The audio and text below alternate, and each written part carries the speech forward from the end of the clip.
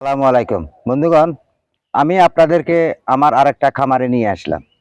আমার এটা হইলো খামারের বাইরে, আমার ভিতরের বাইরের খামার। এই বাইরের খামারে আমি আসলে সময় দিতে পারিনি। এই যে দেখেন, এখানে অনেকটাই আগাছা হয়ে রয়েছে। আগাছার কারণে আমার গাছগুলো বেড়ে উঠতে পারতেছে না। কারণ আমি জানি আমি একা মানুষ, আমি একা মানুষের কারণে আমার অনেকটাই সমস্যা হয়ে যায়। সবকিছু সামাল দেওয়া অনেক কষ্টকর, কারণ এখানে আগাছা উঠে পড়ে যায়। আর এখানে পাহাড়ি এলাকা, এখানে সাপেরও অনেকটাই উদ্ভূতি বেশি। তাই আমি অনেক সতর্কভাবে চলি। তারপরে যে আগাছাগুলা পরিষ্কার করে দিতে হবে। এই যে এখানে নতুন করে আমি বেগুন বেগুন গাছ লাগাইছি, কিংবা বিজলি প্লাস মরিচ। তারপরে এই যে আমার পেঁপে গাছ, বিভিন্ন রকমের পেঁপে গাছ। এই যে এখানে পেঁপে গাছ, ওই যে ওইখানে পেঁপে গাছের উপরে জারজংলা উঠে পুড়ে গেছে।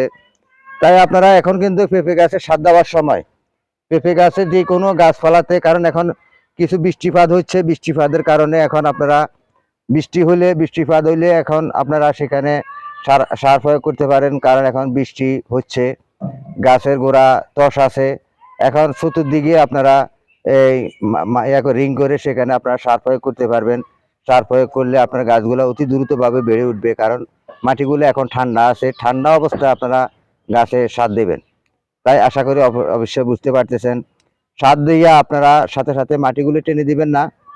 আর বন্ধুগণ, পেঁপে গাছের গোড়ায় সবসময় আপনারা একটা যে কোনো জারজংলা কিংবা প্লাস্টিক দিয়ে রেখে দিবেন। বেশি জারজংলা দেবেন না, তাহলে সেখানে কিন্তু কিছু জন্ম নিবে।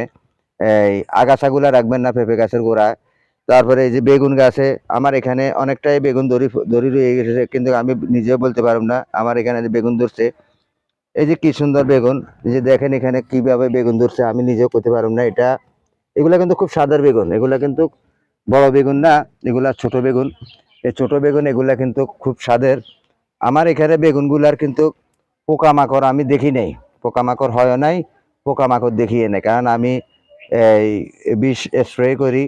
আর তাছাড়া এখানে পোকামাকড় তেমন হয় না, কারণ এই আমার এই বেগুনগুলা খুবই স্বাদের বেগুন, বর্ষাকালীন বেগুন। তাই আপনারা অবশ্যই এই গাছের গোড়া থেকে সম্পূর্ণ আগাছা নষ্ট করে দিবেন, কিবা এই পেঁপে গাছের আশেপাশে কোনো জংলা রাখতে পারবেন না।